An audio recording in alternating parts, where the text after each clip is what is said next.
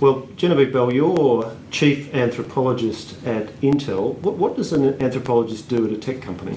I think I have the best job in the world because I get to do my favourite thing, which is that I get to go spend time with people in the places they make meaning in their lives and get a sense of what makes them tick, what they care about, what they're frustrated by, what they want for themselves, their kids, their families, their communities, sometimes even their countries. And we use all of that information to drive next generation technology, innovation and development.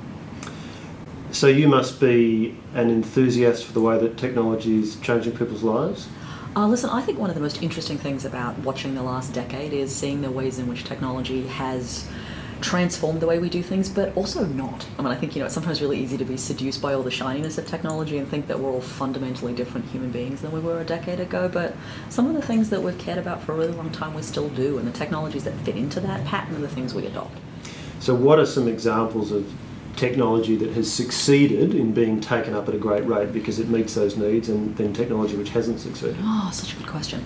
Well, listen, I reckon one of the most successful technologies of the last 100 years is the television. And it wasn't a technology that made us more efficient, far from it, but it was a technology that did something that as human beings we really love, which is that it was one button to a story, right? One button to a story that would move you from wherever you were to somewhere else.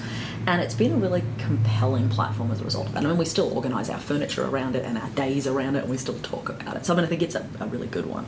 I think fax machines probably less compelling. The fact we still call each other when we do send faxes to say, I've faxed you, suggests it's not the best and most successful technology.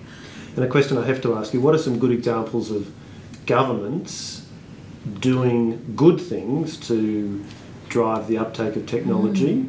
And then what are some examples perhaps of governments doing not such good things? Oh dear. So I think in terms of kind of governments that have done interesting and compelling things, are governments that have done a couple of things. One is that they've linked technology use to ideas about citizenship or about the future of a country. And then I'd hate to undercall the value of investing in education. So how do you skill a population to be users of technology but also producers of it, and I think critics of it too. I think, we shouldn't just always mindlessly accept technology. You want people who can ask the hard questions about what's it doing and why is it doing that. And then in terms of doing things less well, I think sometimes it's what happens when you don't invest in the technology. So you either say the market should take care of it, and the market doesn't always, right? Frequently it doesn't take care of it anywhere near as quickly as you think. And I always think it's really hard to manage the line between how do you keep strong to your cultural values without also stopping new experiences from emerging. So I think that's always a really hard balance.